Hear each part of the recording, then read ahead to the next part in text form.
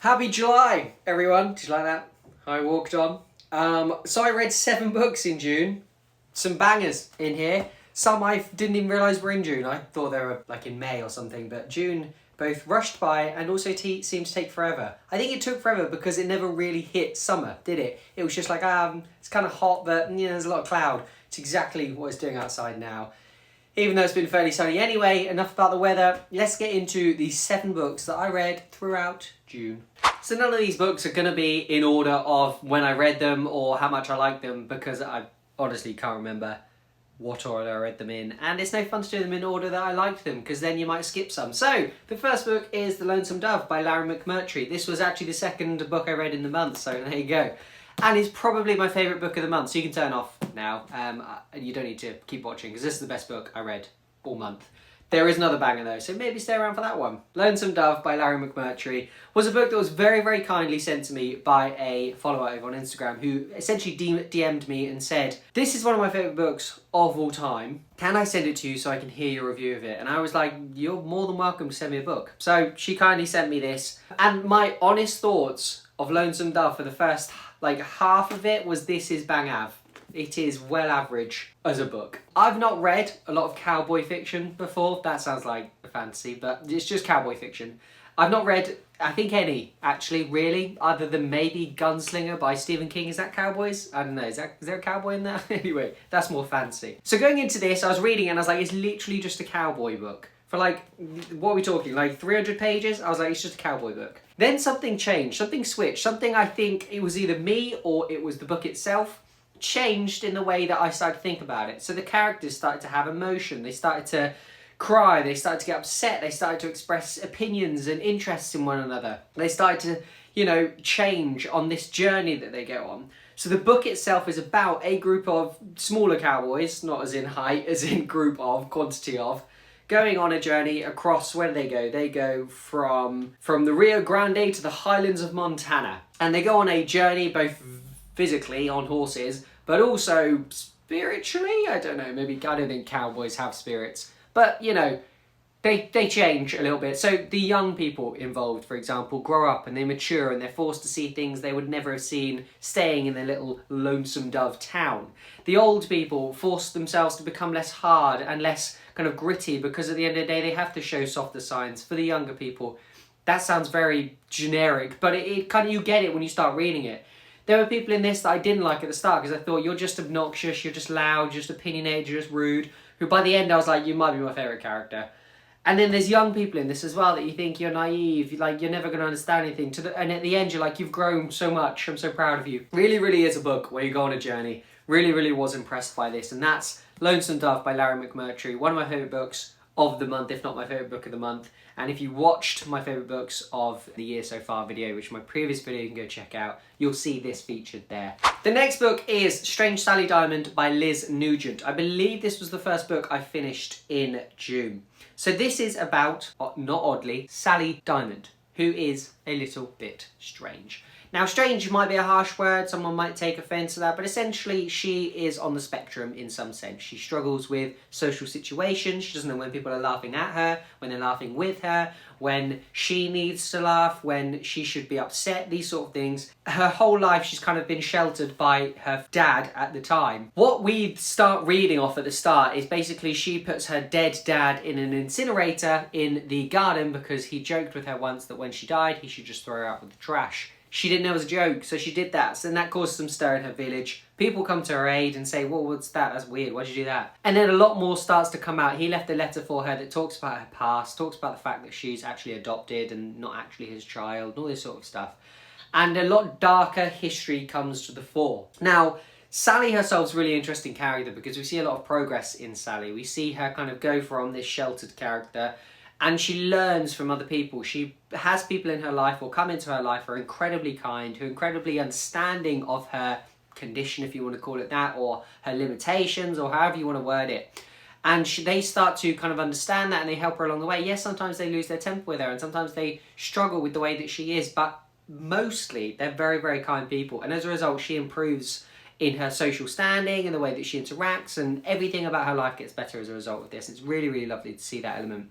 At the same time, we're getting this kind of tangential, darker history from what we find out is her brother. It's not a spoiler, it's quite early on, you understand this is her brother from when she was young.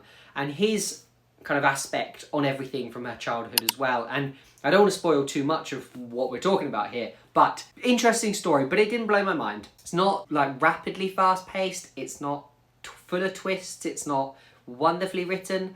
It's not kind of setting any high bars in that sense, but it is enjoyable. It is quite dark. It's quite creepy. I reckon if you're kind of a thriller person or somebody that likes kind of the creepier side of things, if you like watching those documentaries about men that take children and keep them for like 10, 15 years, I think you'd like this, and I may have just spoiled the book, but there we go. You'd find that out quite early on anyway. That's Strange Sally Diamond by Liz Nugent. So the next book is No One Saw a Thing by Andrea Mara. Now this is a book that was recommended to me by somebody over on a TikTok live, kept saying, bloody read it, Luke, and I was like, fine.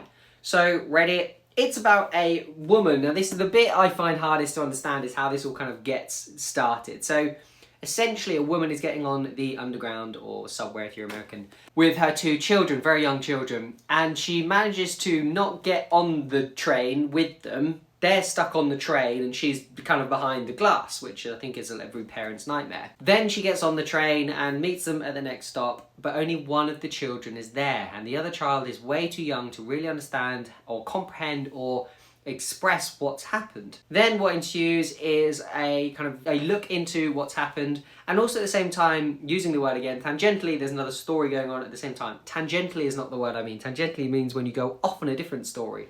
Tandem is when you do the same thing. So along the same time, you're getting a story of her meeting her husband's friends from school. They have like a, I don't know, yearly or every other yearly or whatever, meet up and talk about how successful they are and how rich they are and all this BS. And you find out more about their characters and who they are, and you start to think, well, obviously it's going to be one of them. It is, because who else could it be? There's no one else in the story. The twist didn't blow my mind. The twist felt a little bit like, I didn't even really know that person. Why would it be him? Oh, that's why it's him. Okay. Not like a, yeah, that makes a lot of sense, actually. Yeah, that is actually a brilliant twist. So quite tense, quite gripping, quite fast-paced, I guess. Everything's kind of coming. There's every single chapter ending has kind of like a little mini cliffhanger that you want to keep reading about. So that's worth reading it for. But other than that, I didn't think it was that amazing. But that's No One Saw a Thing by Andrea Mara. The fourth book is The Housemaid is Watching by Frida McFadden. Now, this is one of the few books I've actually done a full review of over here on my channel. That and Lonesome Dove I've actually done reviews on. Lonesome Dove was a bit different because I included some other stuff.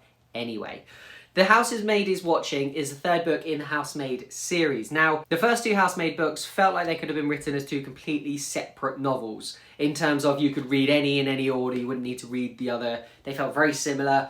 I felt almost like the second one copied the first one, but gave it some respect because it kept everything that was good about the first book. The Housemaid is Watching is a completely different novel. We pick up with Millie here, who is our main protagonist in both The Housemaid and The Housemaid's Secret, the first 2 books, and she is settling down in life. She has a husband, she has children, she has a cute little house that she never thought she'd be able to afford. There are a lot of things though about the neighbours and about the purchase of the house that don't make a lot of sense to her, weird her out a little bit, and things start to get a bit creepy and dark. Now, what's massively different about this one is this isn't just Millie by herself in this. This isn't just from her going through and doing what she usually does in the previous novels, which I don't want to spoil too much. Instead, she has children that do things and have personality. She has a husband who's a bit odd to us when we initially think he is, but he's not. There are neighbours that are involved that are a bit odd. There's not the usual couple that we suspect sort of issue going on here. And also the twist was a bit different. The twist wasn't, you think it's one thing and it's another. You just had no idea it was this person, then it explains what happens. But there's enough explanation to the twist where I thought, yeah, okay, I respect that. Everything kind of makes sense there. These little hints that have been dropped previously in the book make sense now you're explaining that. So I did have enough respect for it. I don't think it's quite as thriller or shocking as the first 2, but if you liked Millie as a character, if you read the first 2 and enjoyed them, you might find yourself a little bit kind of more like family orientated and heartwarming to this. That made no sense, but you know what I mean. Those kind of words are what I was thinking when I was reading The Housemaid is Watching by Frida McFadden. So that's the 4th book that I read in June, not in order, just the 4th book out of 7 that I'm going to show you now. The next book is The Rose Code by Kate Quinn. So my June, I spent at, the start of June, I spent at a Centre Parks in Woburn, and I went to Bletchley Park, which is near Woburn. Bletchley Park, if you don't know, is where they solved the Enigma code, which during World War II was essentially the code that the Germans were using, or one of the codes that the Germans were using to communicate with one another. They solved this using a machine called the bomb machine at Bletchley Park. We went to Bletchley Park, because you can go to Bletchley Park now, because the war's not happening. So you can go and you can tour it, which is really, really interesting. You can see the machine, you can see all the huts they stayed in. It's essentially like a mini community. It's like a teeny tiny village in like a gated community. I picked up the Rose Code because that was the best book there according to Goodreads and Amazon. It's about 3 women who were the Wrens, which essentially was the, I guess now sexist, but term for women that worked on site. They essentially were there to do the admin and to actually break the code. So they didn't do the kind of the breaking, but they broke it. So they didn't do the working out of what the code means, but the code, there would be the men, I guess, or the smart people would go off and work out what the code was. Then the women would be there deciphering it. That's probably the best word I'm saying. Anyway, it covers 3 stories of 3 Wrens, their personal lives, kind of before, during, and then after the whole kind of World War II and code solving situation. Really, really good. Liked it. Characters were fantastic. Story moved across really quickly. Some, as I said, the characters were really, really believable, likeable. Some weren't nice, but still enjoyable because they were well written. And Kate Quinn, I put this up, and this didn't just have good reviews, by the way. It's had fantastic reviews, like 4.5 plus on Goodreads, which for a book that, I don't know, it's probably had quite a big audience is very, very rare. But Kate Quinn, therefore, is going to be definitely an author I'm going to be checking out more of because I love historical fiction. I love kind of big events that have happened that somebody's then written a story about that's not, I don't know, it's slightly fictional in that these people didn't actually exist. I don't know, they might have existed, I don't know. But the story itself is slightly fictional or, I don't know, taking some liberties here and there. But really, really cool book. Loved this. Not my favourite read of the month, but still enjoyed it, and I'm definitely going to be checking out some more Kate Quinn if she ever pops up in a charity shop or something. So, very weirdly, I just received a notification that I need to give this back on Libby, which is the app I use to borrow audiobooks from my library. I finished this a while ago, so I just need to do that. Apologies everybody that's waiting for that audiobook. Demon Copperhead by Barbara Kingsolver is the book I'm talking about. Now, this was, and write it down in the comments if you heard me say this before, my followers' pick of the month. What I did is, at the start of the year, I asked you to all pick one book I should definitely read in 2024. Could be any book, from any time, ever. Pick one. I picked the 12 most popular and assigned them one to each month, depending on pre-orders, when I get a paperback, when it was available on Libby, etc. Demon Copperhead was the pick of June. It was really, really good. Apparently it's a retelling of David Copperfield. I've never read David Copperfield or seen the play. I think there's a play of it as well. So I had no understanding of that going in or what the story was going to be. This book is depressing as hell. Literally everything bad that could happen to a human being happens. Without giving away too much spoilers, we've got drugs, we've got homelessness, we've got abandonment, we've got abuse, we've got awful parenting, we've got loss, we've got death. Everything you could think of that could happen to one person in like 20 years happens in this book. Very depressing. But the way that Barbara Kingsolver writes it doesn't make it feel that bad. Doesn't make it feel that kind of like a chug, like, oh my God, another thing. Because there's a lot of comedy in it. There's a lot of, I don't know whether it's Demon's character himself or whether it's just the way that Kingsolver wanted to write the whole book, but there are definitely undertones of comedy in here. There's some really funny lines in here. There's some really light-hearted ways of looking at things, which made it really, really bearable. And some of the writing is really, really actually quite fantastic as well. So really enjoyed Demon Copperhead by Barbara Kingsolver. It's about Demon Copperhead growing up in a very difficult time, experiencing everything negative that a human being could experience. He's bounced around care in different foster homes. He struggles to keep friends. He goes into dark places, etc. I don't want to ruin it too much, but it's not a book if you've got triggers that you want to be reading, really. So definitely look up the triggers for this one beforehand if you know you do have some of those words I've just said. Themes are triggers to you. But for me, really, really enjoyed it because fantastic writing, the serious message, but written in a way that was really thoroughly enjoyable. So that's Demon Copperhead by Barbara Kingsolver. And then the last book I read in June, actually was the last book I read in June, was The Marriage Portrait by Maggie O'Farrell. Possibly the best looking front cover of the month. Up there with, yeah, maybe Strange Shiny Diamond was as good as well. But this is stunning. Unfortunately, the content inside is not that great. Now, this was incredibly kindly, and I cannot say kindly more than I can when people send me books, but sent to me by a chap called Ricky on TikTok. And he sent me this book and he said, I think he was literally, I just want to send you something. This one looked really interesting, enjoy. And it's The Marriage Portrait by Maggie O'Farrell. I have read Hamlet by Maggie O'Farrell as well, which I really enjoyed. I didn't enjoy this one as much. This is a historical fiction set in 1561 or the 1500s. It covers decades. Covers a woman called Lucrezia who is put into a planned marriage with a duke. I think he's a duke anyway. And she doesn't really like him. He starts off quite sweet. She's like, oh, he seems quite nice, okay. And then things turn out to be quite dark and horrible. And I think she thinks he's essentially going to try and kill her. The cover of The Marriage Portrait is he essentially commissions a marriage portrait, and she starts to get suspicious because of some of the wording he's using during the process of the marriage portrait and some of the things he does. Nothing really that interesting ever happened.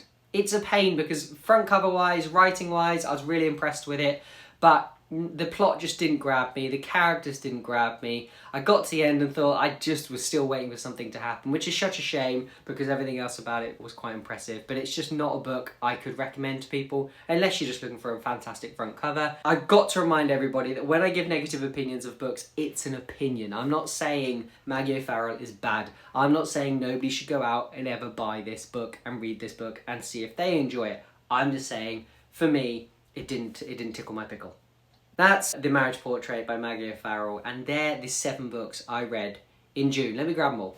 So here they are. Here are the 7 books I read in June. So we have Lonesome Dove by Larry McMurtry. We have Strange Sally Diamond by Liz Nugent. I struggle with that one. No One Saw a Thing by Andrea Mara. The Housemaid is Watching by Frida McFadden. The Rose Code by Kate Quinn. Demon Copperhead by Barbara Kingsolver. And The Marriage Portrait by Maggie O'Farrell. Really, really good reading month for me. Have you read any of these books? Did you enjoy any of them? Are you now going to pick up any of them because I've said they were good, or maybe I explained them and you thought, that sounds right up my street? Either way, let me know in the comments below. I love to hear what people are reading. Love to hear that I've recommended some books and you've gone, yeah, I'm going to buy that now. If you're new here, do subscribe. Subscribing is the best thing you can do for people. Even if you don't intend to watch another of my videos, hit subscribe because it's just a big winner for me. And like as well would be hugely appreciated. But until the next video, keep reading. You don't have to read all these. You can read other books, but keep reading and I'll see you in the next video. Bye.